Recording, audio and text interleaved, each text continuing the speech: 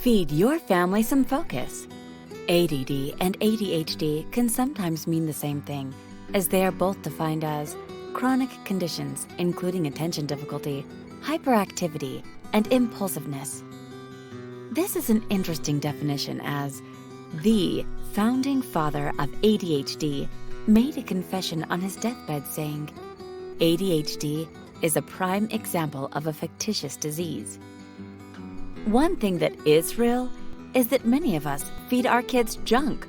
Sugar is the new cocaine and will make anyone hyper, impulsive, and have difficulty with focus. And don't get us started on the food coloring, dyes, and other additives. So what's your excuse? No time to cook? Okay, just spend that extra time chasing them around, or doing their homework, or meeting with the principal, which studies show these behaviors may lead to much bigger problems. Or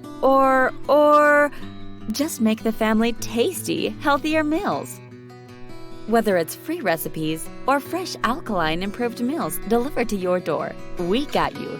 Go to www.allthingsalkaline.org for discounts, tips, and tricks.